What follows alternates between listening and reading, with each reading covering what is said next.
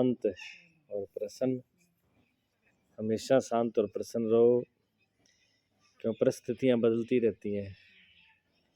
परिस्थितियाँ कभी अच्छी होती हैं, कभी खराब होती हैं। प्रत्येक परिस्थिति साधन सामग्री है। हर परिस्थिति जो है वो साधन की सामग्री है।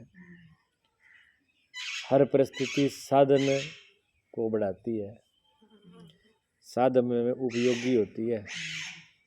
अगर ना समझो, समझ नहीं है, अगर समझ नहीं आती तो हर आदमी परिस्थिति में उलझ जाता है।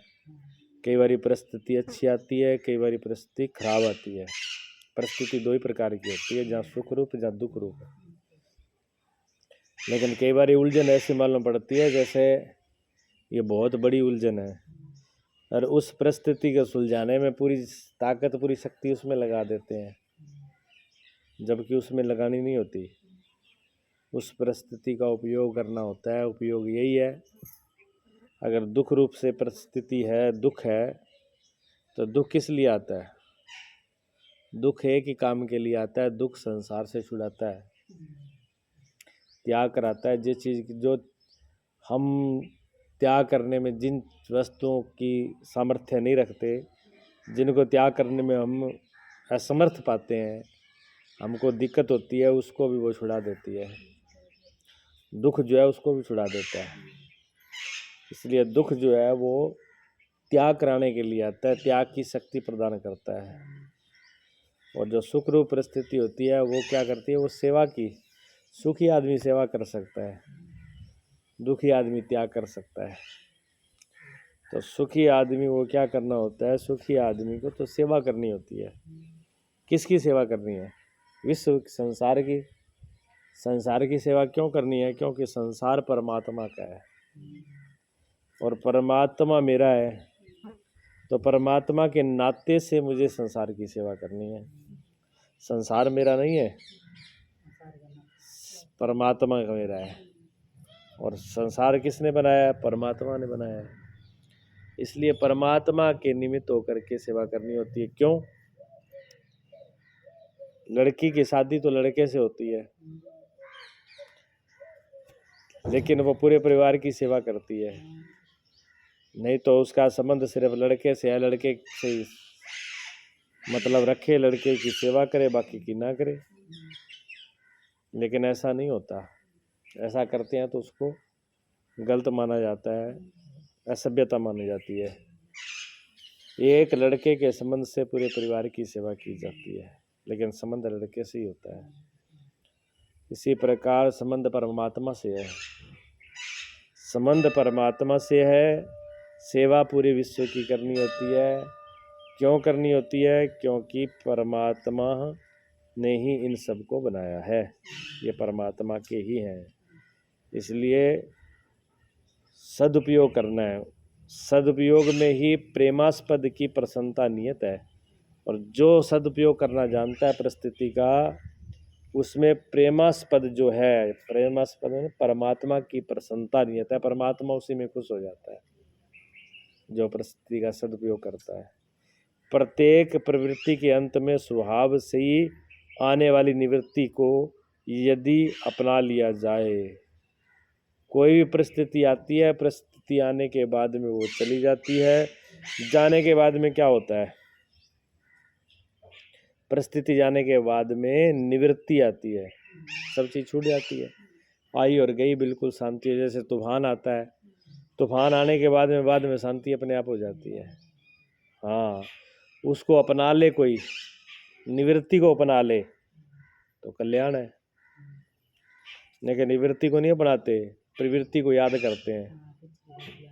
हाँ, प्रवृत्ति जो हुई थी उसी को याद करते रहते हैं। वो आई और चली गई, अब निवृत्त हो गए तो कम से कम उसमें तो रहे। तो बड़ी ही सुगमता पूर्वक आवश्यक शक्ति का विकास स्वतः हो जाता है। कब? जब निवृत्ति को अपना लो तो बड़ी आसानी से ही विकास हो जाता है। हाँ, सुगमता पूर्वक। किसका? शक्ति का। उसके अंदर शक्ति अपने आप ही आ जाती है, और फिर जो करना चाहिए वह अपने आप होने लगता है। फिर जो करना है वो तो अपने आप होने लगता है, और फिर समस्त जीवन साधन हो जाता है, पूरा जीवन ही साधन हो जाता है। निवृत्ति काल में प्रवृत्ति का चिंतन साधन में विघ्न है। जब निवृत्ति हो जाती है, सब काम कर लिया और बात खत्म हो गई, फिर उसका बार बार चिंतन करो तो वो साधन में विघ्न है। बार बार चिंतन नहीं होना चाहिए। निवृत्ति शक्ति संचय में समर्थ है।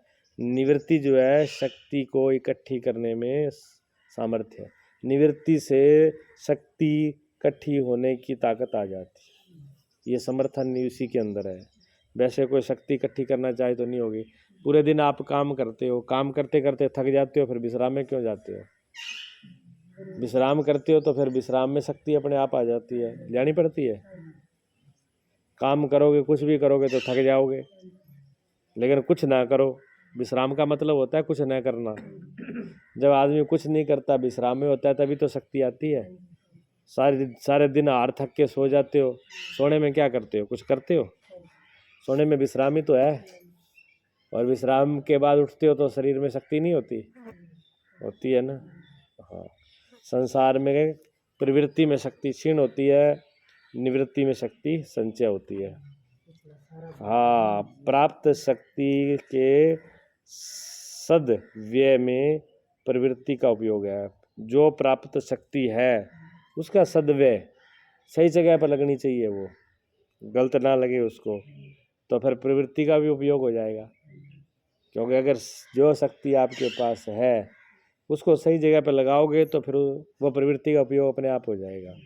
अगर उसको गलत किया, गलत जगह पर उपयोग किया तो फिर वो दुरुपयोग है।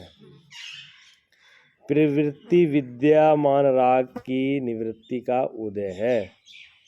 प्रवृत्ति किससे होती है? जो उसमें राग है, उस राग से की निवृत्ति का उदय होता है। जीवन नहीं है। निवृत्ति का महत्व अंकित हो जाने पर प्रवृत्ति की रुचि मिट जाती है। निवृत्ति का महत्व अंकित हो जाए, पता लग जाए कि निवृत्ति होने से ये फायदा है, निवृत्त होने से, इसको हट जाने से मुझे ये मिलेगा, तो फिर प्रवृत्ति की जो रुचि है वो अपने आप मिट जाती है। जिसको विश्राम का महत्व और आनंद पता लग जाए वो फिर शर्म क्यों करेगा? जरूरत ही नहीं। जिसके मिटते ही नवीन राग की उत्पत्ति नहीं होती। अगर रुचि मिट जाए प्रवृत्ति की, कुछ करने की रुचि मिट जाए तो राग उत्पन्न होगा ही नहीं। राग उत्पन्न तभी होता है जब करने की रुचि है। राग रहित होते ही देह से संबंध विच्छेद हो जाता है। अगर जिसके अंदर राग नहीं है वो शरीर से अलग हो जाता है, शरीर से उसका संबंध टूट जाता है, शरीर से उसका विच्छेद हो जाता है संबंध। ठीक है, जिसके होते ही अचा पद की उपलब्धि हो जाती है।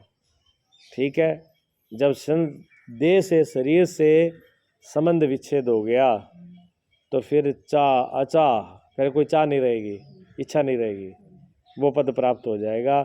और चाह रहे तो होने पर अप्रयत्न ही प्रयत्न हो जाता है।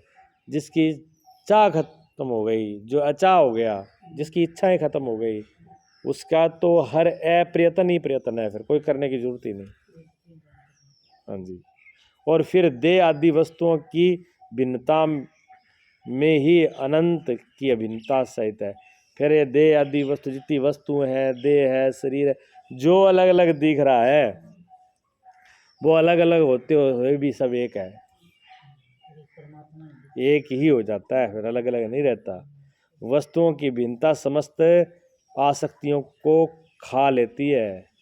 सब वस्तु एक भिन्नता जो है, वस्तुओं की जो भिन्नता है वो समस्त आसक्तियों को खा जाती है, सारी आसक्ति को खा जाएगी वो। आसक्तियों का अंत होते ही दिव्य प्रीत स्वतः जागृत हो जाती है। जब आसक्ति खत्म हो जाए तो दिव्य प्रीत उत्पन्न होती है। जब तक आसक्ति है, राग है, तब तक दिव्य प्रीत नहीं हो पाती। दिव्य प्रीत तभी होती है जब राग की निवृत्ति हो जाती है, जो जीवन को साधन बना देती है। और वो प्रीत ऐसी है, एक बार प्रीत जागृत हो जाए तो पूरा फिर जीवन ही साधन हो जाता है। मन पर विवेक का प्रभाव उतना नहीं है। मन के ऊपर ज्ञान का, समझ का, विवेक का प्रभाव उतना नहीं है जितना इंद्रियों के ज्ञान का। मन के ऊपर इंद्रियों का ज्ञान का प्रभाव ज़्यादा पड़ता है, विवेक का प्रभाव कम पड़ता है। ये समस्या हल करने के लिए सर्वप्रथम इंद्रिय ज्ञान का सदुपयोग पूरी शक्ति लगा करके करो। जो इंद्रियों का ज्ञान है उसका सदुपयोग करो और पूरी शक्ति लगा के करो। प्रेमास्पद की प्रसन्नार्थ करना है। क्या करना है, क्यों करना है? जो प्रेमास्पद है, जो परम प्रिय है परमात्मा, उसकी खुशी के लिए, उसकी प्रसन्नता के लिए, उसकी ही कृपा के लिए करना है।